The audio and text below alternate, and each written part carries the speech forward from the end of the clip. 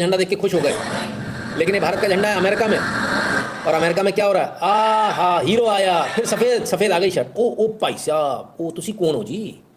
किसी ने चेक किया ये लोग कौन है? ये लोग कौन है, किसी ने चेक किया? जिनसे मिल रहे हैं वो लोग कौन है, इस पर किसी ने निगाह डाली क्या?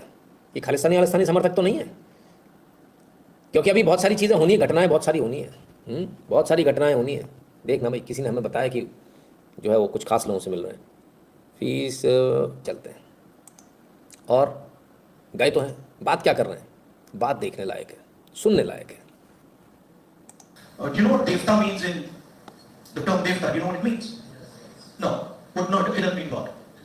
No, it doesn't mean the deity. So devta in India actually means a person whose internal feelings are exactly the same as his external expression. Meaning he's a completely transparent being. Right? It does not mean God. So if this person tells me every single thing that he believes or he thinks, and he tells it to me, that's the definition of devta. Right? It's the idea that you destroy yourself. Right? Okay. खुद को बर्बाद कर लेने का मतलब है देवता। जी कौन सी नई डेफिनेशन आई भाई साहब? और इंसान देवता हो सकता है, जो आप अंदर अपने बिलीव कर रहे हो वही आप कर रहे हो, तो आप देवता हो। तो मैं रोज़ करता हूँ, लेकिन मैं देवता नहीं हूँ, ना हो सकता है ना। अब सोचिए ये चीज़ क्यों कही गई?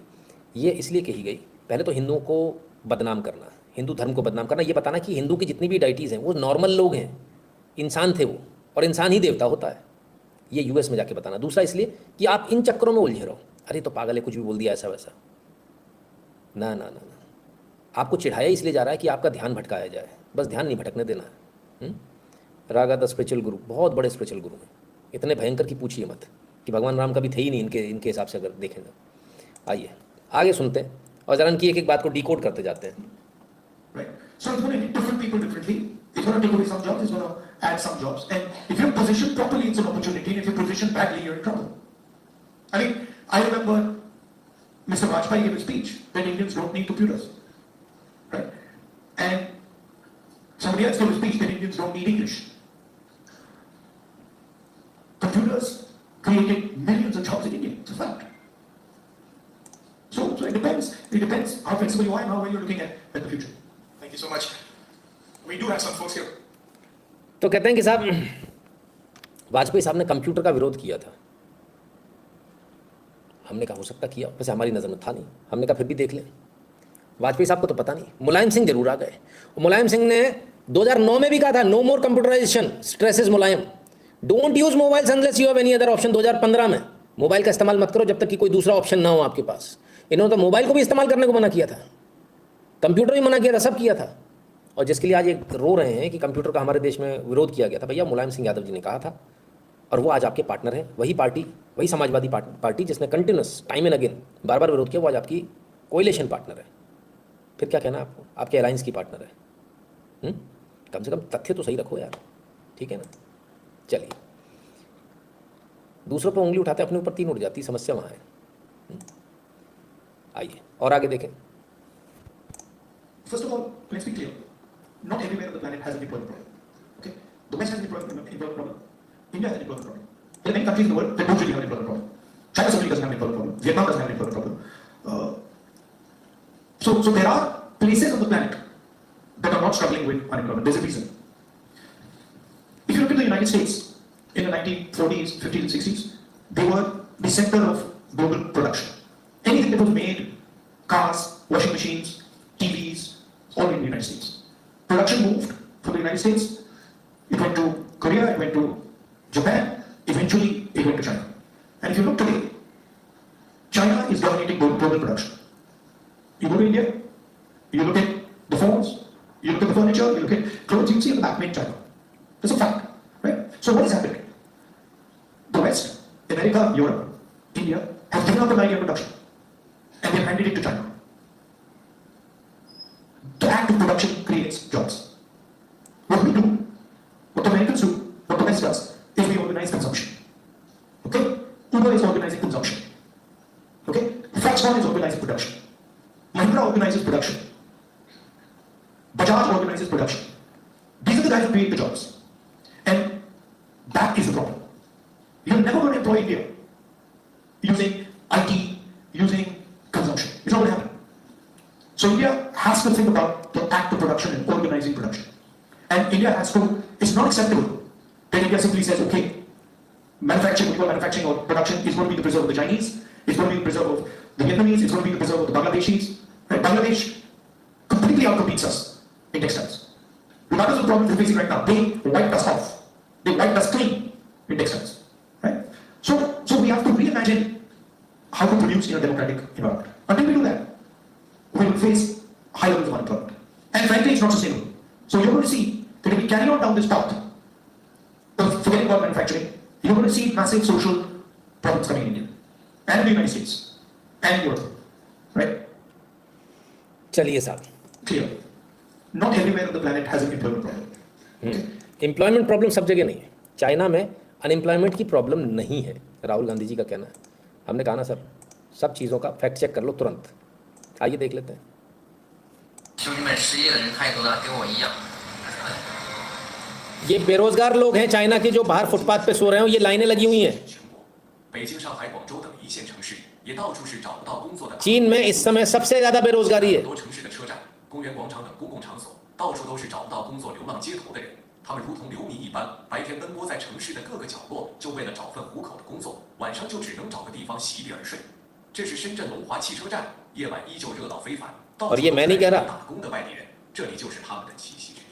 这位小伙 सोलोमन यू कहते हैं, I translate this video for you. Millions young Chinese are jobless, homeless without hope. They run out of money for food. They are sleeping in streets without tents. Our homeless people in the US get free tents from local government. They could have sex and do drugs with privacy. तो ये तमाम सारा China का हाल है सब. लोग बेरोजगार हैं, सड़कों पे सो रहे हैं, टेंट भी नहीं है उनके पास. कम से कम यूएस में टेंट तो दे दिए जाते हैं, वहाँ तो वो भी नहीं दिया जा रहा है. ये चाइना की सच्चाई है. वो जाके अमेरिका में ये बातें बोल रहे हैं. Who leak country secrets and sign MOU with China? Obviously Congress. गुरुजी प्लीज कीर्तिशन माधव मंदिर के भी न्यूज़ लें. ज्ञानवापी जैसा केसर और औरंगजेब के द्वारा तोड़ा गया था. ये दूसरी बार लिख रहे हैं आप. तो ये असलियत है चाइना की. चाइना की और भी असलियत है ना, कि किस प्रकार से जो है वो हालत ख़राब है. और आपको देखना तो चाइना का एक हाल दिखा देता हूँ. सिर्फ अमेरिका नहीं जहाँ लूट हो रही है, लूट तो यहाँ चाइना में भी हो रही है. पूरे स्टोर्स लोग लूट के ले गए. क्यों? क्योंकि पैसा नहीं है.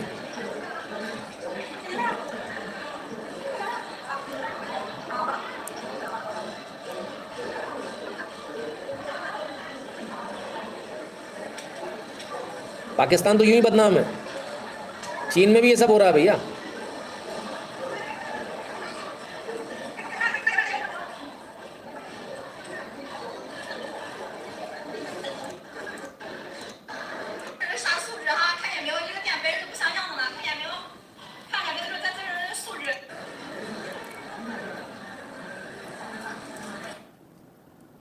कमाल है, क्या ही कहें. ये चीन का हाल है. और कह रहे चीन बहुत बढ़िया है, चीन में ऐसा है, चीन में तो बेरोजगारी है ही नहीं, हार्ट अटैक ही आ जाएगा मुझे. ऐसी बातें नहीं किया करें तो अच्छा है. दूसरा कहते हैं कि उनको अचानक ज्ञान आ गया.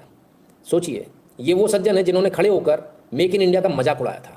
मेक इन इंडिया, बब्बर शेर जैसा दिखता है वो, घड़ी जैसा चलता है वो, आज वो मेक इन इंडिया का ज्ञान लेके ही वहाँ बता रहे हैं कि नहीं भारत में प्रोडक्शन होना चाहिए. जबकि उस समय क्या बोल रहे थे? बोले प्रोडक्शन भारत कर ही नहीं सकता, हम कम्पीट कर ही नहीं सकते. वैसे राहुल गांधी के लिए एक बात बता दूँ, राहुल गांधी जी ने एक बहुत बड़ी बात बोल दी कि भारत में अगर आप शर्ट भी पहनते, कपड़ा पहनते तो चाइना का है. वो शायद आप पहनते होंगे.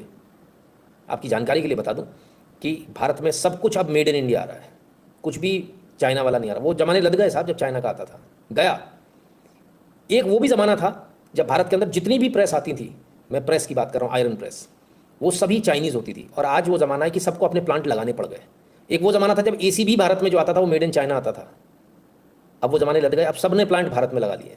चाहे एयर फ्रायर्स हो, चाहे माइक्रोवेव्स हो, सबके प्लांट भारत में लग चुके हैं. भारत में प्रोडक्शन हो रहा है. राहुल गांधी को शायद ज़मीनी हकीकत मालूम नहीं है. मैं बड़ा हैरान हूँ. शायद 2-4 कंपनी को फ़ोन कर लेते तो वही बता देते कि साहब वो इंपोर्ट नहीं हो पा रहा है, अब तो हमको यहीं बनाना पड़ रहा है. ठीक है, गजब के लोग हैं. गुरुजी प्रतीत हो रहा है कि पता नहीं है क्या है क्या नहीं.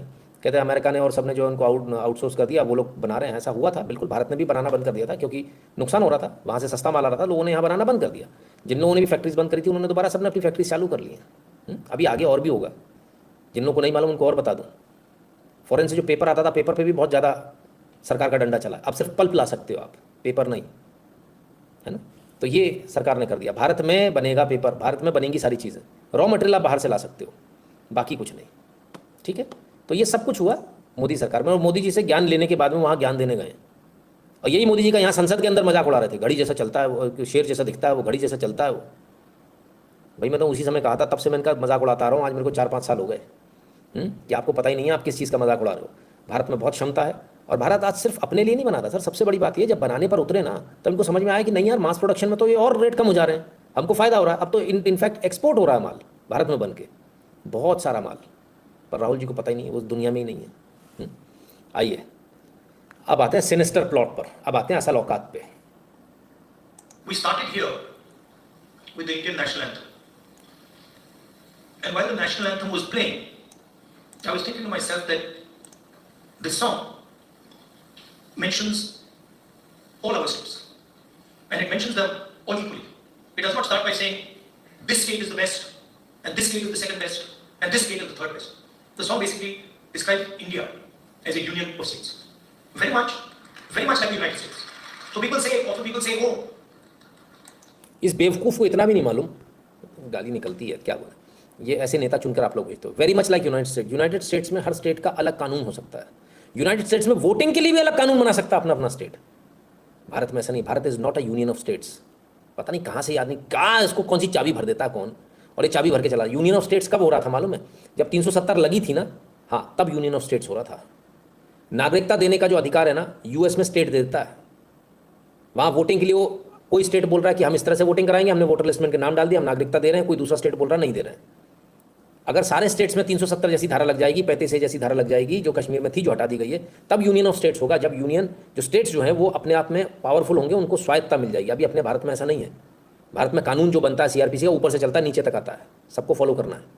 कोई ये नहीं बोल सकता कि नहीं 302 की धारा में मेरे यहाँ मैं फांसी की सज़ा नहीं दूंगा, ऐसा नहीं कह सकते आप, है ना। तो यूनियन ऑफ स्टेट्स ऐसा होता है, वहाँ अलग अलग कानून हो सकते हैं, भारत में अलग कानून नहीं है, ठीक है। सिर्फ भूमि कानून जो होते हैं वो अलग हो सकते हैं अलग अलग स्टेट के, बाकी कुछ नहीं हो सकता। आप सीआरपीसी थोड़ी बदल दोगे, और सॉरी अब तो बीएनएस हो गई है, गजब है।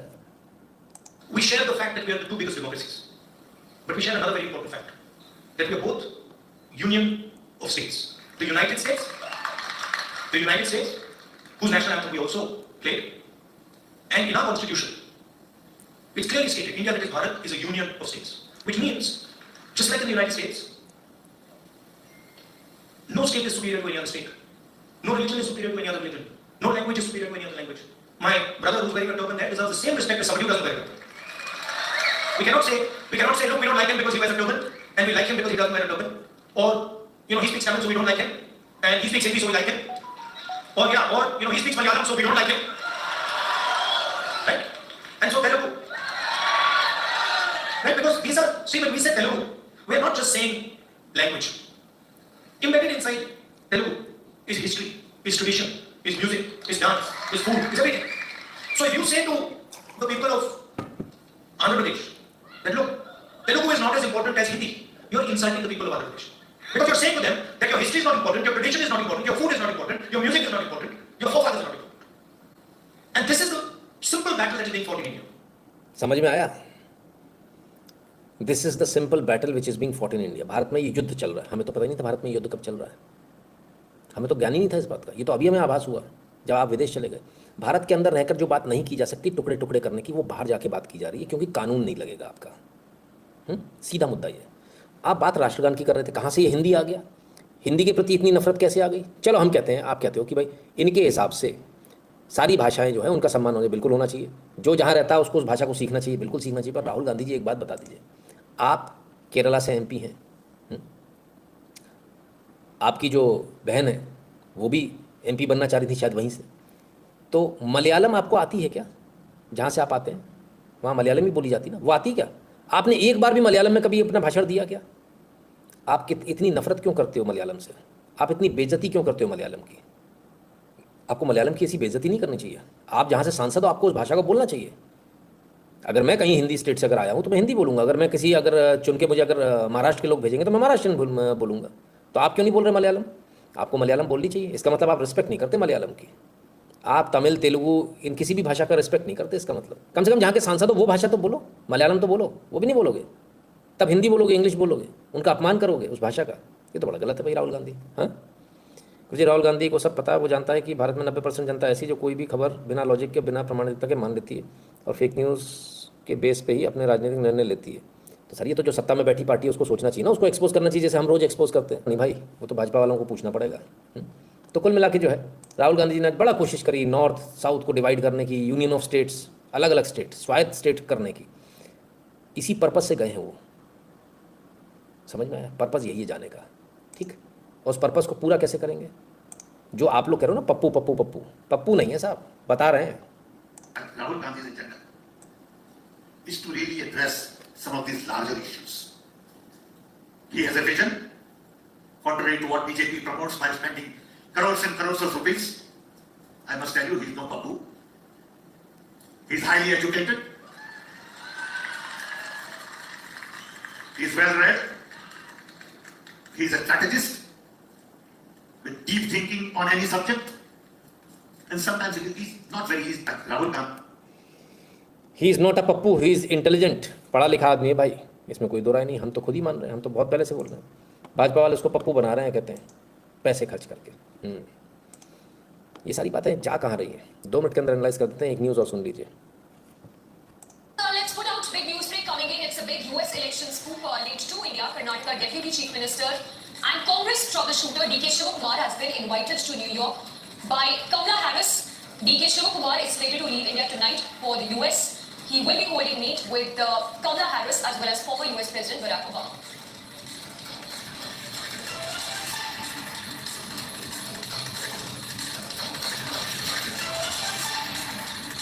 कुछ समझ में आया?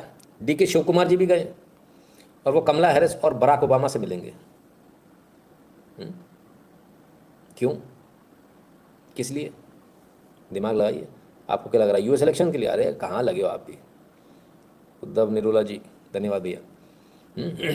अब आइए, पूरी जो बिसात सेट की गई है उस पर चलने से पहले जरा अपन कुछ समझ लें कि चल क्या रहा है मामला।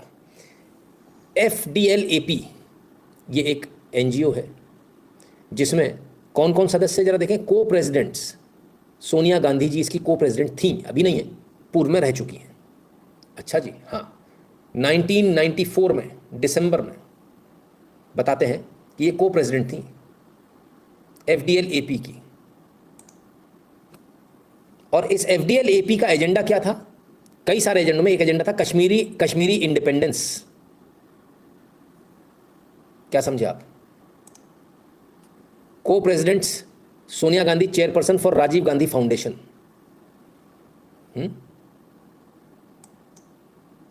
ठीक है, ये तमाम सारे और इनके क्रियाकलाप। अब FDLAP है क्या? FDLAP डायरेक्टली फंडेड है जॉर्ज सोरस का, ओपन सोसाइटीज का है ये। ठीक है, अब सोचिए आप, इसकी को प्रेसिडेंट रह चुकी हैं श्रीमती इंदिरा गांधी। राहुल गांधी जब भी बाहर गए हैं, D.के. शिव कुमार जी कमला हैरिस से मिल रहे हैं। राहुल गांधी जी क्यों बाहर गए हैं अब आपको समझ में आ रहा होगा बहुत अच्छी तरह से। वो वहाँ जाके यूनियन ऑफ स्टेट्स की बातें कर नहीं रहे हैं, वो वहाँ से यूनियन ऑफ स्टेट्स की बातें लेकर आ रहे हैं, क्योंकि यहाँ पर यूनियन ऑफ स्टेट्स इस्टेब्लिश करना है। कैसे करना है?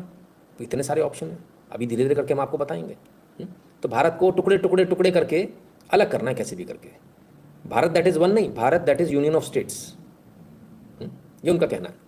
केशव जी कहते गुरु जी, उबर उस कैब ड्राइवर की नौकरी खा गया जो पाकिस्तानियों से भिड़ गया था। उबर रिएक्शन में कुछ क्या? अब देशभक्त सज़ा मिलने की सबको। आने वाला समय और भी ख़राब हो सकता है, ये तो कुछ भी नहीं है। एक और बात जो राहुल गांधी जी वहाँ बोल रहे थे ना कि क्या भाषा की बात, तो जहाँ से चुनाव लड़े हैं जरा वहाँ का भी देख लें। एफिडेविट दिया है राहुल गांधी जी ने, कहते हैं स्टॉक मार्केट भारत का खराब है। भैया क्या बात कर रहे हो आप? 4-4 करोड़ की तो आपकी संपत्ति है, स्टॉक मार्केट में आपने इन्वेस्ट कर रखा, पैसा कमा रहे हो उससे। और ये सब बताने के लिए इनको मिला कौन? MC मोहम्मद जमाल, नोटरी इनको मोहम्मद जमाल मिले, हिंदू नहीं मिला कोई, मोहम्मद जमाल मिले। हिंदुओं को कितना भी बता दो उन्हें कोई फ़र्क नहीं पड़ता, बेशरम फिर भी जुड़े रहेंगे। इनको भाषा नहीं आती, इनको हिंदुओं पे भी भरोसा नहीं है, इनको भाषा पे भी भरोसा नहीं, इनको किसी भी भरोसा नहीं। कोई नहीं मिला मलयालम, कोई SC ST OBC नहीं मिला एफिडेविट बनाने के लिए। हाँ, जमाल साहब मिले, चलिए कोई नहीं, ठीक है। तो अब वहाँ से गए हैं, वहाँ से बहुत कुछ सीख कर आएंगे। मणिपुर से लेके, असम से लेके, बंगाल से लेके सारे चौतरफा खेला जाएगा, चौतरफा तैयारी हो चुकी है। ब्रजभूषण सिंह ने कहा था कि इन्होंने बोला है, जवाब नहीं दिया उस बात का कि आपको जो ओलंपिक से मेडल नहीं मिला उसका क्या, तो कल को ये सरकार का नाम लेंगे। मैंने उस